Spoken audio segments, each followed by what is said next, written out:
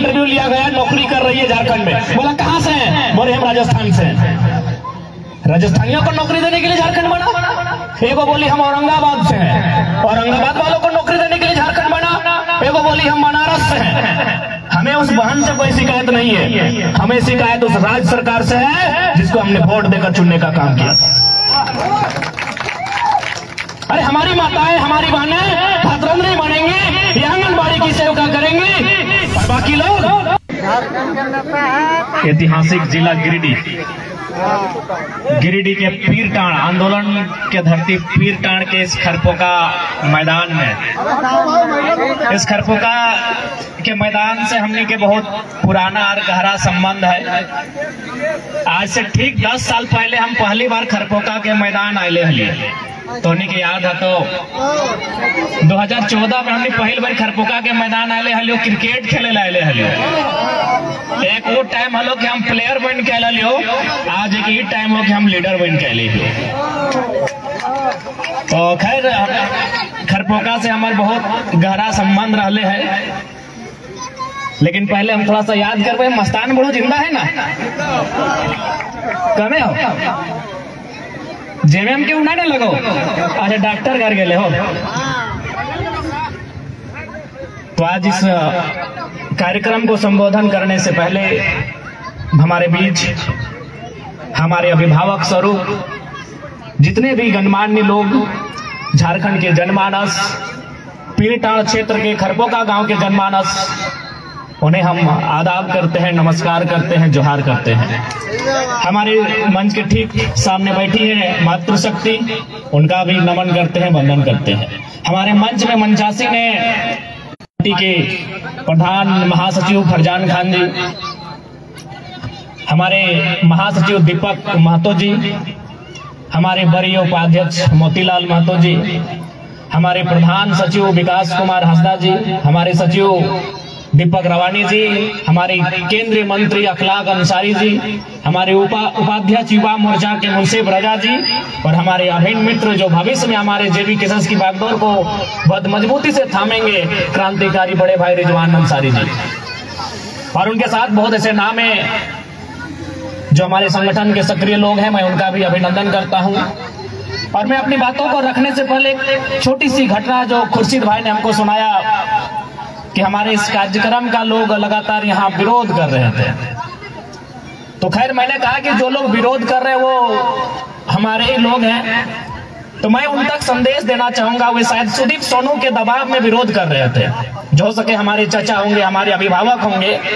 चूंकि खुर्शीद भाई जिस कौम से आते हैं उस कौम की एक मान्यता है, एक सिस्टम उसमें जिसे जकात कहते हैं। जकात का नियम है कि जिसमें लोग शायद अपना कुछ कमाई का कुछ हिस्सा गरीबों को, अपने ऐसे लोगों को जो जिनकी जरूरत होती है उन्हें दान करते हैं। तो आज कि सुदीप सोनू के दबाव में हो सके मेरे चचा होंगे, मेरे अभिभावक होंगे, मैं उनसे ही पूछना चाहूंगा क्या सुदीप सोनू जकात के नियम को मानते हैं? जकात का मतलब होता है कि अगर आपकी कमाई अच्छी है तो कम से कम अपने समाज के जरूरतमंद लोगों तक दान देना, उनकी हिस्सेदारी देना। लेकिन सुदीप सोनू विधायक नहीं, एक व्यापारी है। गिरिडीह के हर एक प्लांट में, हर एक फैक्ट्री में आधा हिस्सेदारी है। आप उस सुदीप सोनू के लिए हमारा विरोध करते हैं? जी हाँ, गिरिडीह में जितना फैक्ट्री है, अरे हम तो सुदीप सोनू पे बात ही नहीं करना चाहते थे। हम तो यहाँ 5 बार के सांसद रविंद्र पांडे से सवाल करने आए थे, हम वर्तमान सांसद चंद्र प्रकाश चौधरी से सवाल करने आए थे, लेकिन आपके विरोध ने आज हमको सुदीप सोनू पे भी सवाल करने पे मजबूर किया कि आप विधायक हैं कि व्यापारी? आप एक व्यापारी के लिए हम लोग का विरोध करते हैं। आज खुर्शीद भाई ने इस कार्यक्रम का आयोजन किया था, महाराष्ट्र में थे। महाराष्ट्र में कहे थे गिरिडीह में लगभग 5000 फैक्ट्री है। इसी गिरिडीह के जिला में 5000 फैक्ट्री है, और खरपोका के खुर्शीद अंसारी, मुंसिफ रजा अंसारी अगर महाराष्ट्र में अपना काम करते हैं, रोजी रोजगार करते हैं, तो विधायक से सवाल बनता है कि नहीं बनता है? आज अगर बेटा महाराष्ट्र में है तो बूढ़ा पिताजी बगोदर में है, बेटा अगर गुजरात में है तो बूढ़ी माँ गिरिडीह में है, अगर बेटा हैदराबाद में है तो उसकी नवेली दुल्हन पीरटाड़ में है। क्यों, क्या कारण है? ये कारण है सरकार की गलत पॉलिसी।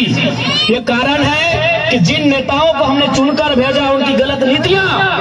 आज पता कर लीजिए, बकायदा यहाँ मीडिया के गणमान्य लोग बैठे हैं। आज सुदीप सोनू से ही पहला सवाल कीजिएगा कि जब आप विधायक नहीं बने थे उस समय आपकी संपत्ति क्या थी, और जब आप विधायक बन गए आज आपकी संपत्ति क्या है।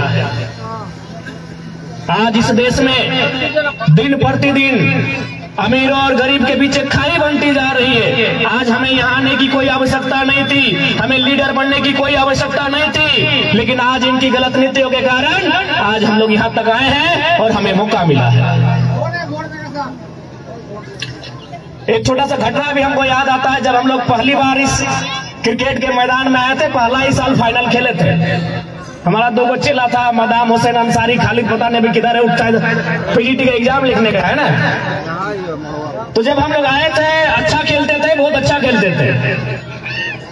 तो एक फरीद नाम का कोई लड़का था जो नया अपोनेंट टीम का कैप्टन था, आके खरपोका के मुस्लिमों से सवाल किया कि बोला ये टाइगर तो महतो है, आप उसका सपोर्ट करते हैं, हम मुस्लिम हैं, हम का सपोर्ट नहीं करते हैं। तो मस्तान बड़ो बड़ी अच्छा उत्तर दिए कि देखो खिलाड़ी जात धर्म का नहीं होता है, टाइगर अच्छा खेलता है और अच्छा नहीं, वो साइकिल से आता है 20 किलोमीटर, तुम साइकिल से इसलिए तुम्हारा सपोर्ट करेंगे।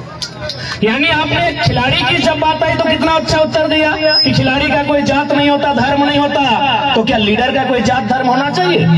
जो आज हमारे खरपोका में कार्यक्रम को रोकने की बात कर रहे हैं भाई, जब एक इसी ग्राउंड ऑर्डर दिया था, फरीद नाम था, मैं शायद मुझे नाम याद है, इसलिए के कोई साथी थे कि भाई खिलाड़ी का जात नहीं होता है, खिलाड़ी का धर्म नहीं होता है, टाइगर अच्छा खेलता है, वो साइकिल से आता है, हाँ सपोर्ट करते हैं। तो आज एक लीडर का भी जात नहीं होना चाहिए। एक बात हमेशा याद रखिएगा, एक डॉक्टर यदि गलती करता है तो एक आदमी का जान जाता है, एक मरीज का जान जाता है। एक इंजीनियर अगर गलती करता है तो कोई पुल अगर गिर गया तो 50 आदमी का जान जाता है। एक ड्राइवर अगर गलती किया तो 10 लोग सामने तो 10 लोग का जान जाता है। लेकिन अगर एक लीडर गलती करता है, जान जाता है नहीं जाता है, वो जीते जी मुर्दा बना देता है। वो जीते जी काले कानून बना के मुर्दा बना देता है। आज देखिए हसदेव में 10,000 लोग संघर्ष कर रहे हैं कि नहीं। आज हसदेव जंगल बचाने के लिए 10,000 लोग पहाड़ में बैठे हैं। कहे न एक लीडर गलती कर रहा है, वो लीडर कौन है? नरेंद्र मोदी है। क्या गलती कर रहे हैं? न अडानी को खुश करने के लिए पूरा पहाड़ बेच रहे हैं। इसलिए याद रखिएगा, डॉक्टर गलती करेगा पर मैनेज हो जाएगा, एक वकील गलती करेगा मैनेज हो जाएगा, एक इंजीनियर गलती करेगा मैनेज हो जाएगा। अगर एक लीडर कानून बनाने में गलती करेगा, आने वाली पीढ़ियों का भी नाइंसाफी होगी। इस बात को याद रखिएगा।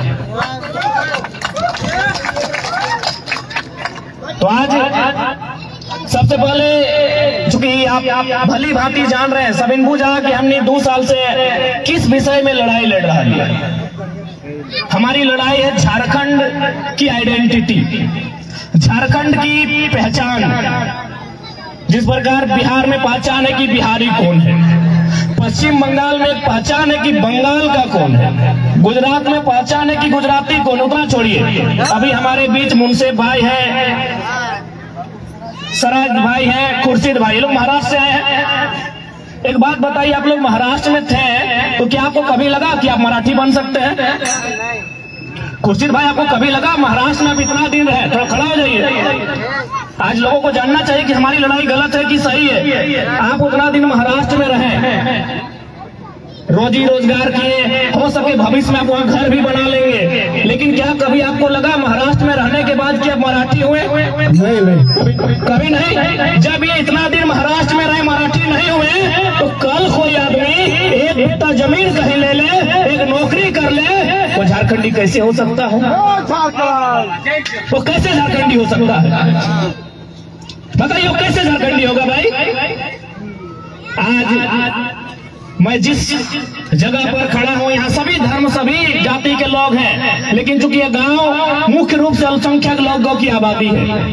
आप अखबार के पन्ने पढ़ते होंगे, खासकर बगोदर की घटना आपके सामने बराबर आती होगी। वहां मजदूरों की लाश आती है प्रत्येक 15 दिन में, प्रत्येक 30 दिन में एक बार आती है। हर एक दूसरी लाश एक अल्पसंख्यक की होती है। हर एक दूसरी लाश एक अल्पसंख्यक समाज की होती है। वो लाश कुवैत से आती है, वो लाश सऊदी से आती है, वो लाश अन्य प्रदेशों से आती है। भाई क्यों? हमारे पास 40% खनिज संपदा है।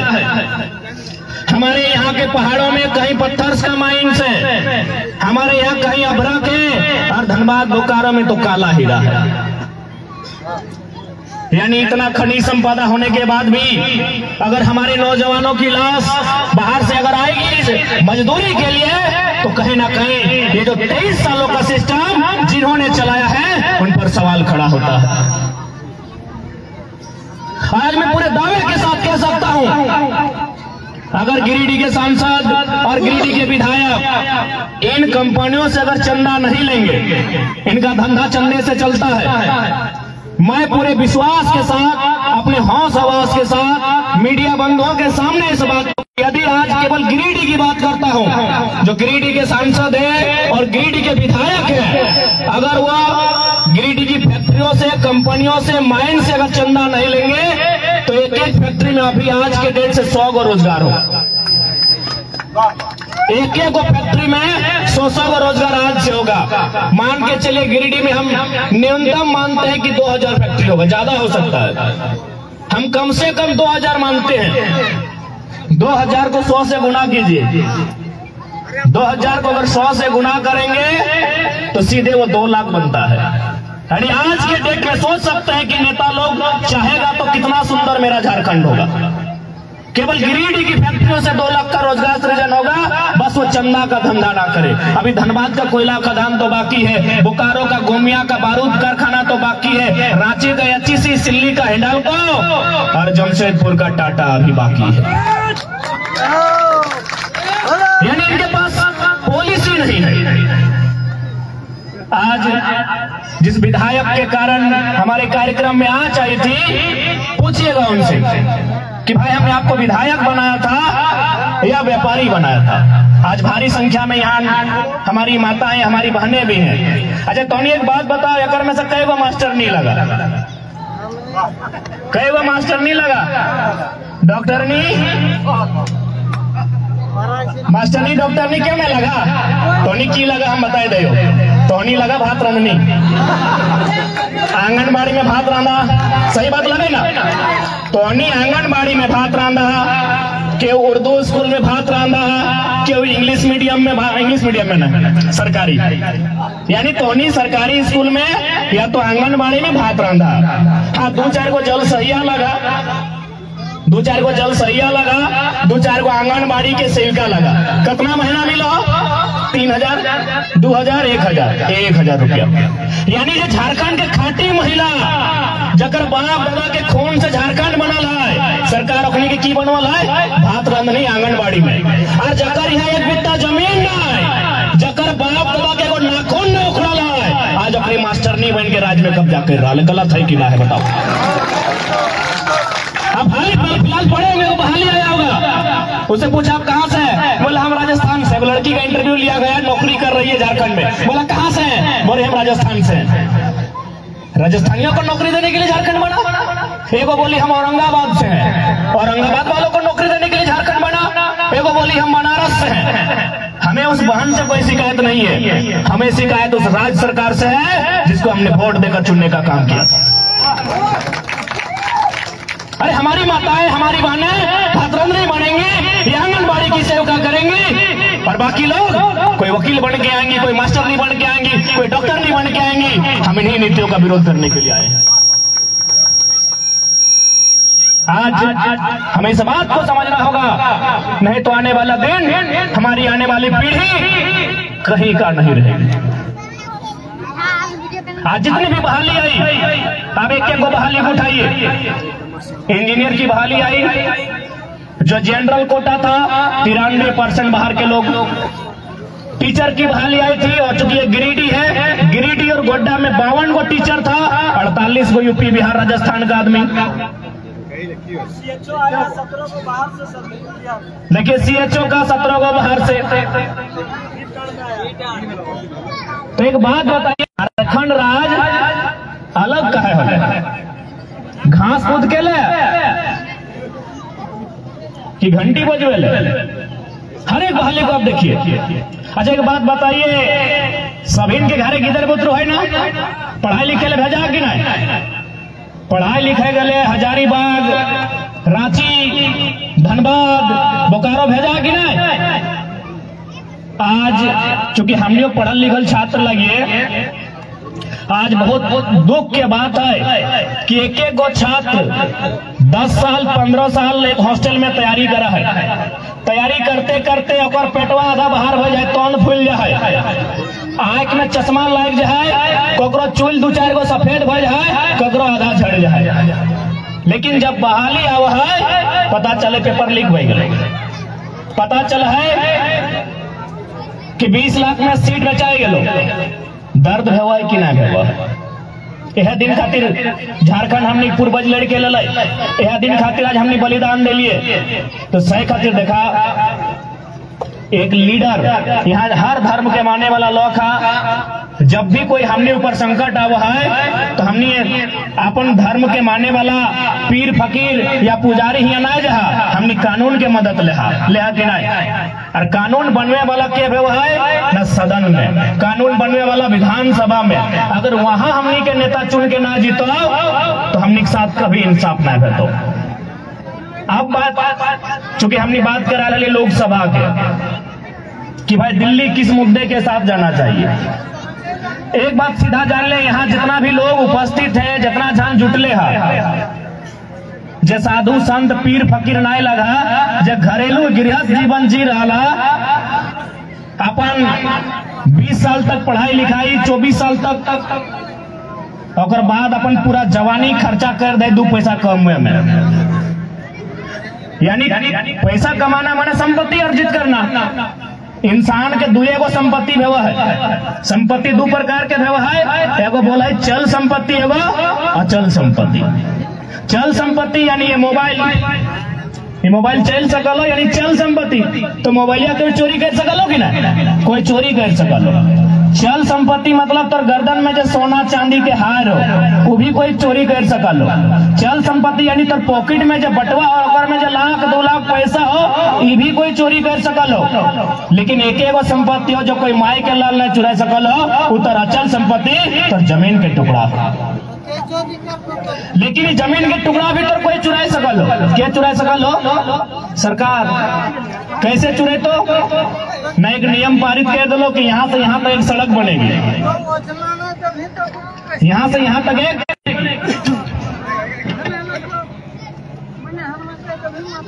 तोरा की मुआवजा मिल लो, 1 डिसमिल के दे दो 3000 रुपया। 1 एकड़ में 100 डिसमिल, 100 के 3000 से गुना करबे तो शायद 3 लाख। यानी तोर बाप दादा के सारा संपत्ति 3 लाख में खत्म हो। चल तोरा 3 लाख पैसा हम थरा दिलियो, तोर हाथ में तोर जमीन के 3 लाख रेट हम तोरा दे दिलियो, और तोरा बोलियो जो गिरिडीह के बाजार में आप जमीन ले ली है, बताओ 3 लाख में तो कितना जमीन खरीद ली? बहुत गंभीर बात बोला यो। अगर तो अपन वोट के प्रयोग 5 किलो अनाज खातिर करभी तो गरीबे ना रही।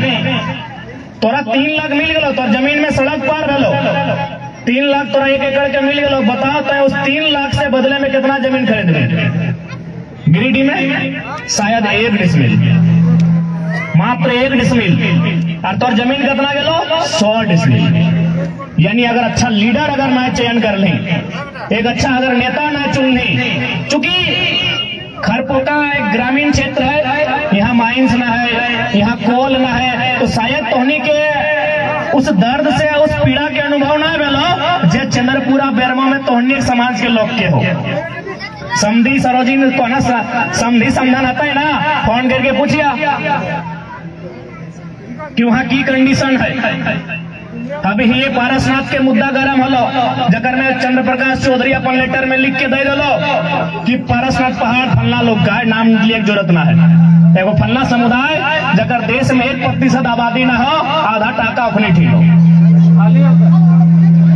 अच्छा एक बात बताओ, वीडियो सीओ नौकरी काहे कर रहा है? अरे देशभक्ति प्राइमरी चीज इन लोग के लिए भले दिखावा है, पहला चीज है पैसा कमाना। इस बात को मानिए, देशभक्ति के आड़ में आप प्रैक्टिकली होने से मत चूकिए। यानी वीडियो सीओ बनता है पैसा कमाने के लिए, मेहनत करता है, घूसो देता है। अब इसमें हम वीडियो सीओ का बुराई नहीं कर रहे हैं। अब यदि गुजरात का कोई बड़का सेठ मधुबन थाना का थाना प्रभारी को, या फिर अगर वो पीरटाड़ क्षेत्र है तो पीरटाड़ के सीओ को उसका जितना सरकारी पेमेंट उससे ज्यादा पैसा दे देगा, तो जमीन सब गुजराती लोग को लिखेगा कि नहीं लिखेगा? या फिर पंजी टू उनके नाम से चढ़ाएगा कि नहीं चढ़ाएगा? वहां अगर कोई महिला हल अगर प्रधानमंत्री आवास मिल रहा है, फॉरेस्टर अगर जमीन तोड़ दे, अब बताओ क्या दोषी है? प्रधानमंत्री आवास बनले है यानी सरकारी आवास बनले है, यानी जे ओकरा जमीन पहले दिलो सरकारी आदमी होते ना। यानी अगर तो गरीब है, कमजोर है, तो तेरा घर बनलो वाले जुट जीतो। यदि तोड़ दिला फॉरेस्टर, तो फॉरेस्टर के पॉइंट में एक नंबर करने वाला क्या बैठा है? सदन में प्रधानमंत्री के बगल में एमपी बैठा है। एमपी एक फोन मारता है, वो बाप बाप करता है, लेकिन एमपी अटैची भर के पैसा ले तो पीएम आवास तोड़ दिला। तो पीएम आवास प्रधानमंत्री बगल में सदन में क्या बैठा है? एमपी बैठा है ना। तो एमपी अगर एक कॉल मारता है, फॉरेस्टर के औकात ना हल, औकात हल ना हल। तो सही खातिर चूंकि इस बात के तो नहीं माना, आज अगर झारखंड में अन्याय शोषण नहीं रहता है तो हमने कल पढ़े लिखे वाला गिदर सब यहाँ तक ना आए। आज अगर हमने यहाँ तक गए अपन पहचान बने लिए, तो कहीं ना कहीं झारखंड के साथ जो अन्याय जुल्म हल है और हिसाब में रहा। आज तो वीडियो के माध्यम से, फेसबुक के माध्यम से तो नहीं देखा लगा, अगर कोई कोलियरी साइड में अगर जीएम के दफ्तर में हमने ढुकाए, तो जीएम बाप बाप कर उठा है, बिना पद में, बिना पावर में। तो सोच के रखा जल्दी, अगर हमने दिल्ली या रांची तक पहुंच लिए। अब एक सवाल है बना है, बहुत कई कराई चेहरा सब की करते हैं, ज्यादा करे जरूरत ना हमने, बस ढंग से काम चलाना है। अभी उदाहरण के लिए, अभी जिस माचा में हमने खड़ा है, माचा बोला है, कोई मंच बोला है, कोई स्टेज बोला है। गांव में देखिए वो चबूतरा भी इसने सरकारी फंड से हुआ है, चबूतरा बना है ना। अच्छा याद हो चबूतरा के सरकारी रेट कितना है? याद हो? 2,55,000। दादा देख ले हो कहीं? यानी एक चबूतरा इतने हाइट रहा है, इतने मटेरियल लगा है, 2,55,000। अच्छा पीएम आवास जो मिला है, और रेट कितना है? 1,40,000। अच्छा एक बात बता, चुके यहाँ राजमिस्त्री के काम तो नहीं कर रहा ना, तो चबूतरा बनने में पैसा ज्यादा खर्चा रहता है कि पीएम आवास बनेगा? पीएम आवास, लेकिन पीएम आवास के दाम कितना हो? 1,40,000, और चबूतरा के दाम हो 2.5 लाख का है ना। पीएम आवास जनता के बना है, चबूतरा तो जंगलों में बना है, सब वीडियो सीओ के अगर में कमीशन रहो, तो बस केवल हमने ओकर कमीशन के रोक दियल जाता है, ओकर घोटाला के अगर रोक दियल जाता है, तो उस पैसा के हमने कोई योजना में, कोई अस्पताल बनवे में, कोई विद्यालय बनवे में, कोई उद्योग की स्थापना करे में खर्चा कर सकल कि नहीं? सीधा बताओ। अभी मान के चल तो नहीं सुन लिया कि जितना भी हमनी के मंत्री हो, अपनी के 67 करोड़ में घर बन लो, तो 67 के तनी गुना भाग कर रखा, हम 72 कर दे यार, 72 के 24 से डिवाइड कर देगा, 24 को जिला है, यानी 24 के 24, 24 दूनी 48, 24 दिए 72, यानी एक जिला के 3 करोड़ रुपया मिलता है। तो 3 करोड़ में एगो कोई बड़ा योजना हो सकल है कि नहीं? यानी आइडिया, केवल आपके पास आइडिया होना चाहिए। केवल अगर अपने अपन घर नहीं बने तले, ऐसे भी अपनी जब वोट देले हलिए, आज यदि घर न है तो हमने ईटा बास लेके छाट ले कहीं, यानी नीति और नियत। जिस दिन झारखंड के नेता के सही हो जाता है कि झारखंड सबसे खुशहाल प्रदेश है। आज बहुत कोई झारखंड के जब हमने बात करें 1932 के खतियान की बात करें, तो बहुत सारे लोग बोलते हैं कि भाई ये तो अंग्रेजों के टाइम का कानून है, इसे आप झारखंड में कैसे इंप्लीमेंट करेंगे? तो एक बात बताइए, भारत के पास भारत का क्या है? क्योंकि इससे पहले हमारे जो नेतृत्व करता थे उनके पास या तो कहिए संविधान की जानकारी या तो फिर कहिए आसपास के इतिहास की जानकारी नहीं थी, इसीलिए सवाल का उत्तर नहीं देते थे। आप मीडिया वाला के पूछे ना, नेशनल मीडिया, हम लोग सवाल का उत्तर देंगे कि यदि 1932 अंग्रेजों का कानून है तो भारत के संविधान में जो प्रियम्बल है वो कहां से लिया गया है? फ्रांस से लिया गया है। हमारा जो मौलिक अधिकार है वो कहां से लिया गया है? अमेरिका से लिया गया है। हमारा जो नीति निर्देशक तत्व है वो कहां से लिया गया है? आयरलैंड से लिया गया है। हमारे पास जो मौलिक कर्तव्य है वो रूस से लिया गया है। राष्ट्रपति कहां से लिया गया है? संयुक्त राज्य अमेरिका से लिया गया है। आपातकाल कहां से लिया गया है? जर्मनी से लिया गया है। संघीय ढांचा कहां से लिया गया है? कनाडा से लिया गया है। जब इतना चलिए रहा है तो 1932 का खतियान काहे नहीं चलेगा? अरे उतना तो छोड़िए, डीसी को तो सभी जानते हैं, डिप्टी कलेक्टर जो हमारे गिरिडीह में है, देखिए उनसे हमारी कोई शिकायत नहीं, वो झारखंड के ही हमारे बड़े भाई समान है। लेकिन हम एक उदाहरण देंगे कि भाई कलेक्टर कहां से आया है? जो लोग बोलते हैं कि अंग्रेजों का कानून है, अंग्रेजों के टाइम का कानून है, तो बताइए कलेक्टर कहां से आए हैं? अरे भाई कलेक्ट के मतलब की व्यवहार है इकट्ठा करना। कलेक्ट के माने की तो की इकट्ठा करना। अंग्रेज के टाइम में जब गांव जाके जमीन के रेवेन्यू इकट्ठा करना, लगान बोझा है ना, यानी लगान उठे इकट्ठा करना, टैक्स इकट्ठा करना, जकरा को अधिकारी डिप्यूट करल है ओकरे कलेक्टर बनल गेल है। अभी भी कलेक्टर चल रहा है कि नहीं? अब आवे वो कमिश्नर जो हमने के हजारीबाग में हो, हजारीबाग हमने सबके प्रमंडल में वो कमिश्नर बैठा है ना। तो कमिश्नर के मतलब कि न कलेक्टर ने जो पैसा कलेक्ट किया है, कलेक्टर ने जो चंदा कलेक्ट किया है, उसमें कमीशन लेके काम करने वाले को कमिश्नर कहते हैं। कमिश्नर कहां से आया भाई? कमिश्नर वर्ड कहां से आया? कमीशन से आया। कमीशन तो कमीशन डीओ के कमीशन, सीओ के कमीशन, थाना प्रभारी के कमीशन, मुखिया के कमीशन, सरपंच के कमीशन, विधायक के कमीशन, एमपी के कमीशन, तो है कमीशन को खाने वाला को कमिश्नर बोला गया है। आज भी भारत देश में कमिश्नर चलता है। अरे अंग्रेजों की व्यवस्था कलेक्टर चलता है, अंग्रेजों की व्यवस्था कमिश्नर चलता है, तो 1932 का खतियान भी चलना चाहिए। अब हम दो चार को देख रहे हैं, हमारे पुलिस के जवान भी आए हैं भाई लोग। खैर आप लोग को जोहार, सब झारखंडी है, लेकिन एक उदाहरण देंगे। पुलिस क्यों बना? पुलिस की जरूरत क्यों पड़ी? आप इतिहास को पढ़िएगा, इतिहास को समझिएगा। जब कलेक्टर यानी डीसी और कमिश्नर जब किसान से चंदा वसूली करता था, किसान को मारता पीटता था, उसका अनाज को कब्जा करता था, उसके घर में उसके खेतों में जो अनाज उगता था या फिर जो भी उसका सोना चांदी होता था उसको कलेक्ट करता था, तो दो चार को किसान हुरमुट होता था, मारता पीटता था। यानी कलेक्टर को मारता पीटता था, कमिश्नर को मारता पीटता था। इन लोग बोला देखिए सब काम हमसे नहीं होगा, दो चार को किसान हुरमुट है, इन लोग लाठी डंडा से लड़ने लगता है। बोला टेंशन मत लो, हम लोग एक व्यवस्था बनाएंगे जो कलेक्टर और कमिश्नर की रक्षा करेगा, उसको पुलिस बोला गया। तब क्या हुआ? तब भारत देश में कानून बना, इंडियन पुलिस एक्ट 1861। क्या कानून बना? Indian police act 1861। और उस पुलिस को क्या काम मिला? खैर ये हमारे भाई, इनसे हमारी कोई शिकायत नहीं है, हमारे गांव के ही है, लेकिन इतिहास को जानना होगा। उनको ये काम दिया गया कि आपको कलेक्टर को बचाना है, आपको कमिश्नर को बचाना है और आपको ईस्ट इंडिया कंपनी को बचाना है।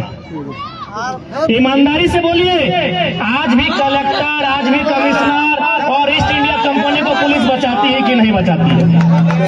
आज की बात कीजिए, आज 150 साल बाद की बात कीजिए। आज जाइए किसी फैक्ट्री में ताला बंद कीजिए, पुलिस पहुंच जाएगी।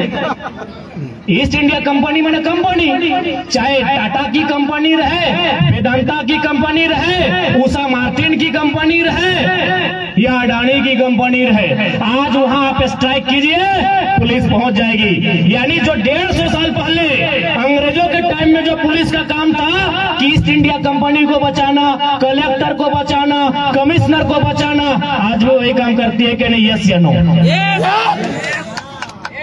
अगर आपको लगता है नहीं तो चलिए, टुंडी में हाथी घुसा है, नवाडी में हाथी घुसा है, कहिए पुलिस लोग रखवाली करेगा? कहे भाई, यदि आम व्यक्ति के लिए पुलिस बना है तो मेरा घर तोड़ा जा रहा है, मेरा गांव तोड़ा जा रहा है, मेरा खेत उजाड़ा जा रहा है, वहां पुलिस का है नहीं? लेकिन पुलिस वालों को कोई कसूर नहीं है, कानून का कसूर है। ये कानून ही बना है पूंजीपतियों को बचाने के लिए, ये कानून ही बना था ईस्ट इंडिया कंपनी को बचाने के लिए, ये कानून ही बना था कलेक्टर और कमिश्नर को बचाने के लिए। वे वही काम कर रहे हैं आज भी। किसके लिए नहीं, अब लोग सवाल करते हैं, बहुत सारे लोग हमको बोलते हैं नहीं कंपनी टैक्स देती है, तो हम बोले किसान का खेत टैक्स नहीं देता है क्या? हम भी तो रसीद कटाते हैं। किसान का खेत टैक्स नहीं देता है क्या? अरे हम भी तो रसीद कटाते हैं। तो वास्तव में अगर भारत का संविधान, भारत की कानून अगर किसानों की बात करती है, तो जब किसान खेती करे उसमें जंगली सुअर घुसे, उसमें हाथी घुसे, पुलिस और डीएसपी को वहां भी जाना चाहिए। कभी गया है? क्या मतलब है इसका भाई? क्या मतलब है इसका? इसका यही मतलब है कि अंग्रेजों ने जिसके लिए कानून बनाया था वही कानून आज भी चल रहा है। जब इतना सारा चीज आज चल रहा है तो 1932 का खतियान भी चलना चाहिए। आइए ना डिबेट कीजिए ना, कौन डिबेट करता है? अरे इनको चुंगू मुंगुल लोगों को कहा बैठाते हैं? कलेक्टर और कमिश्नर को हमारे बगल की टेबल में बैठाइए, कौन तो से पढ़ते थे? बैठाइए उनको। जब सारा नियम अंग्रेजों का चलिए रहा है तो फिर 1932 खतियान काहे नहीं चलेगा? काहे नहीं चलेगा बताइए? क्यों नहीं चलेगा? नहीं इसलिए नहीं चलेगा कि झारखंडियों को लूटना है, यहाँ के कोयले को उत्तर प्रदेश में, बंगाल में, राजस्थान में बेचना है। बंगाल में जाओ। अभी रास्ता में हम आ रहे थे, कोटा से बांग्लादेश एक आदमी, एक बड़े भैया मिले, वो भेल में काम करते। भेल आप समझते हैं ना? भारत सरकार जो आपका बिजली के काम को देखती है, जो आपका थर्मल का जो काम होता है उसको देखती है। उन्होंने हमको बताया कि केटीपीएस कोडरमा में 1000 मेगावाट का बिजली उत्पादन हो रहा है, जिसमें 500 मेगावाट जाएगा दिल्ली को, 300 मेगावाट जाएगा बंगाल को, 200 मिलेगा झारखंड को। इसीलिए 1932 लागू नहीं होने दे रहा है। समझ रहे हैं बात को? हम और आपको क्या चाहिए? 5 किलो चावल चाहिए। हमको आपको क्या चाहिए? हिंदू मुसलमान इंडिया पाकिस्तान चाहिए। और दिल्ली को 500 मेगावाट जाएगा, 300 मेगावाट बंगाल को जाएगा, और झारखंड झुंझुना बजाएगा 200 मेगावाट लेके। जिसका जमीन, जिसका कोयला, जिसका पानी, उसको 200 मेगावाट का बिजली मिलेगा। तो आज ये नेता लोग का हालत काहे खराब है पता है?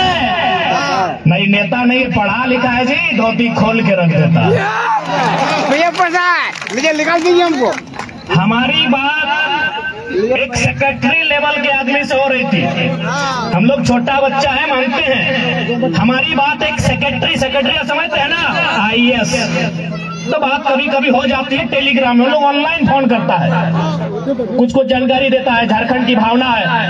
हम बोले सर एक बात बताइए कि हम लोग के बारे में नेता लोग गंभीर है कि नहीं? बोला देखो बाबू, भले इन लोग को लगता है कि तुम लोग थोड़ा नया नया है, लेकिन इस बात का डर है कि इन लोग सर धोती खोल दिया है, हम लोग का सारा पोल खोल दिया है, हम लोग को कहीं का नहीं छोड़ा है, मीडिया के सामने कुछ बोलने के लायक नहीं छोड़ा है। ये सेक्रेटरी लेवल का जब चर्चा होती है तो हमारी चर्चा इस कदर होती है कि लोग इतना जानकारी दे दिया झारखंड को, इतना 2 साल में लोग पिला दिया कि झारखंड के कोई बच्चा नियम कानून का बात करता है और विधायक लोग का धोती खोल। तो आज चूंकि हम लोग नेतृत्व की बात कर रहे हैं, रोजगार की बात समझ में आई, पलायन की बात समझ में आई, 1932 के खतियान की बात समझ में आई। क्योंकि हम जिस क्षेत्र में खड़े हैं इसे पीर टाण का क्षेत्र कहा जाता है, इसे नक्सल प्रभावित क्षेत्र कहा जाता है। पागल हमारा बना। क्या गिरिडीह के एमपी में या गिरिडीह के एमएलए में इतना हिम्मत है कि नक्सलिज्म पर वो खुला टेबल टॉक करे? हिम्मत है? गिरिडीह के एमपी में, गिरिडीह के एमएलए में इतना साहस है कि वो नक्सल पर अपनी राय रखे? जिगरा चाहिए। क्योंकि पीरटांड नक्सल प्रभावित क्षेत्र है, आज हम पीरटांड में खड़े हैं, तो हम ये तो आपको वचन देते हैं कि यदि भविष्य में हम लोग सरकार में आए तो आज जो लोग नक्सल, जिनको नक्सल कहा जाता है और जिनके हाथों में जो बागी बन के हथियार उठाते हैं, हम लोग एक ऐसी व्यवस्था बनाएंगे, उन्हें हल थमाएंगे, उनसे खेती करवाएंगे। अब सवाल उठता है कि नक्सली, यहाँ देखिए जितने लोग पुलिस कर्मी हैं, ये मिडिल क्लास फैमिली के लोग हैं।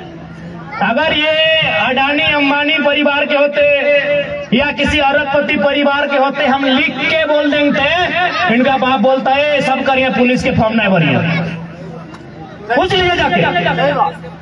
प्रैक्टिकली बात कीजिए, प्रैक्टिकली, इमोशनली बात नहीं करना है, प्रैक्टिकली सोचिए। आज जितने भी पुलिस के बंधु हैं सब हमारे गांव घर के हैं, सब किसान परिवार से हैं, मिडिल क्लास फैमिली से हैं। अगर ये किसी अरबपति का बेटा होते, इनका बाप बोलता कुछ भी करिए बेटा पुलिस के फॉर्म नहीं भरिए। सच्चाई है कि नहीं है बताइए? यानी पुलिस का फॉर्म वही भरता है जो किसान का बेटा होता है, पुलिस का फॉर्म वही भरता है जो मिडिल क्लास फैमिली का बेटा होता है। जाइए सबसे पूछ के आइए, अगर नहीं है सच्चाई तो कल से हम भाषण देना छोड़ देंगे।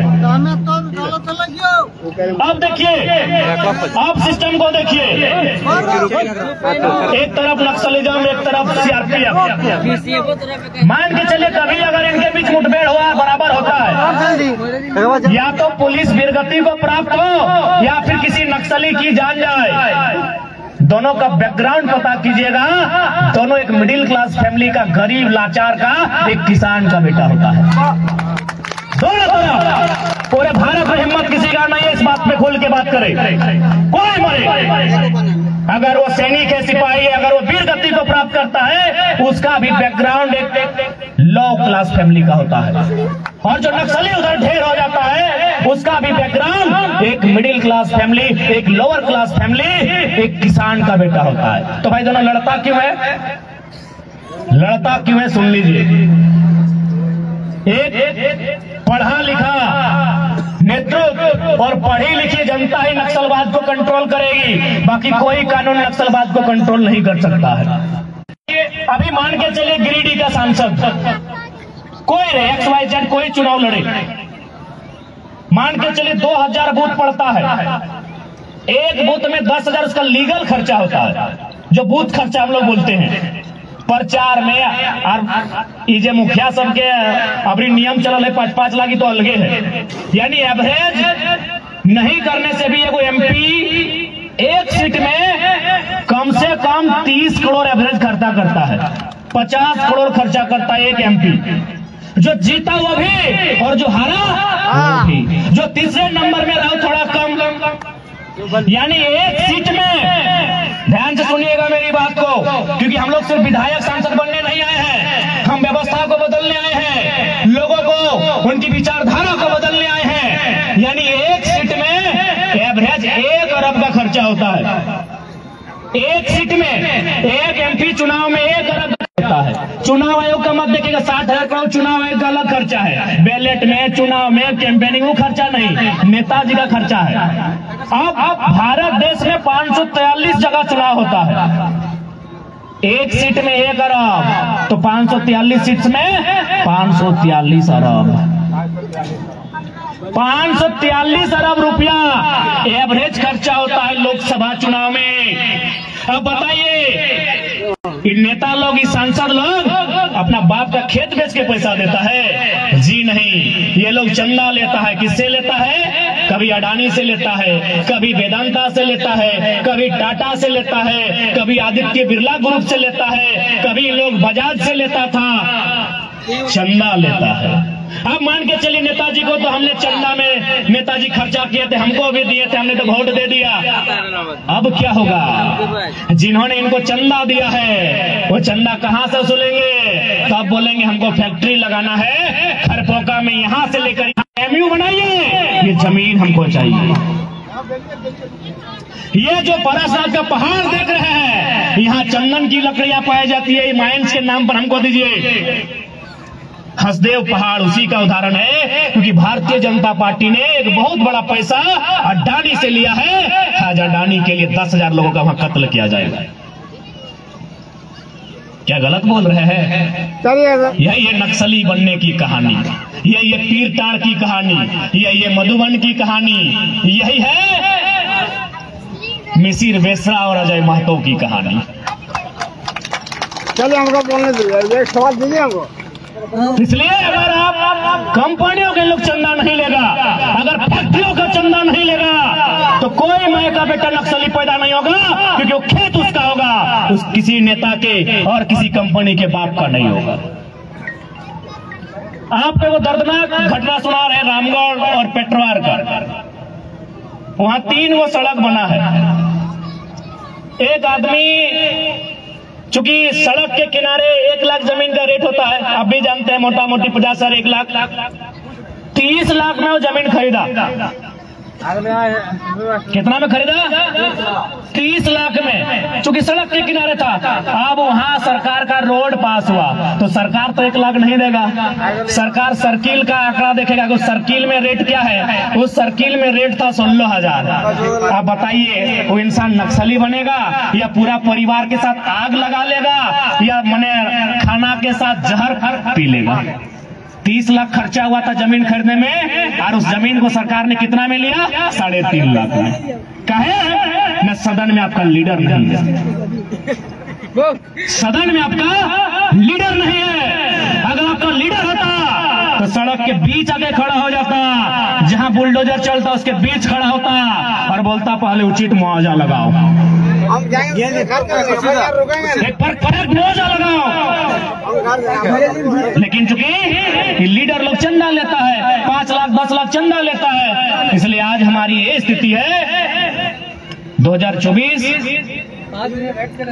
5 किलो अनाज में नहीं और दिए के हो तो कह दे हमारे बेटवन के कहीं नौकरी लगाए दे दो, हमें आपत्ति नहीं, हम लोग को वोट उठना चाहिए। लेकिन अगर आपको वोट को बेचना ही है, यार वोट का पावर को समझते हैं, इसमें क्या है? आप लोग वोट के पावर को ही नहीं समझते हैं। ये वोट का पावर है कि आज इस देश में एक अखबार वाले शख्स को और एक चाय बेचने वाले शख्स को हमने सर्वोच्च गद्दी पर लाया है, और आप अपने वोट को 5 किलो अनाज में बेच रहे हैं, आप अपने वोट को 500 रुपए के नोट में बेच रहे हैं। बेचना ये तो अच्छा सौदा कीजिए ना भाई, कौन मना किया है? हम लोग खरीदार नहीं है, जो लोग खरीदार हैं, अगर बेचना है 24 में अपने वोट को तो 500 में नहीं, कम से कम 1-1 वोट को 5-5 करोड़ में बेचिएगा। जो देता है ले लीजिए, जो देता है ले लीजिए, लेकिन इतना कहेंगे आपका वोट का कीमत 500 नहीं है। कहा पता है? जाके पता कीजिए, यहाँ के 5 बार के सांसद रविंद्र कुमार पांडे, कम से कम 300 हैवा है। वोट दिए वाला सब आपके पास क्या है जी? अरे 1-1 को मांगते कि नहीं? हाँ, 300 हैवा है 5 बार के सांसद का।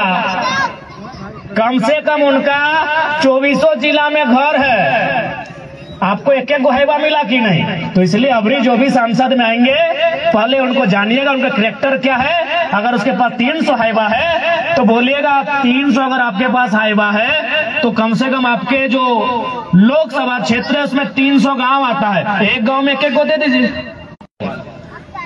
आपको क्या मिले, जनता को क्या? सानू महतो झारखंडी को लाइक, फॉलो, शेयर, कमेंट करें।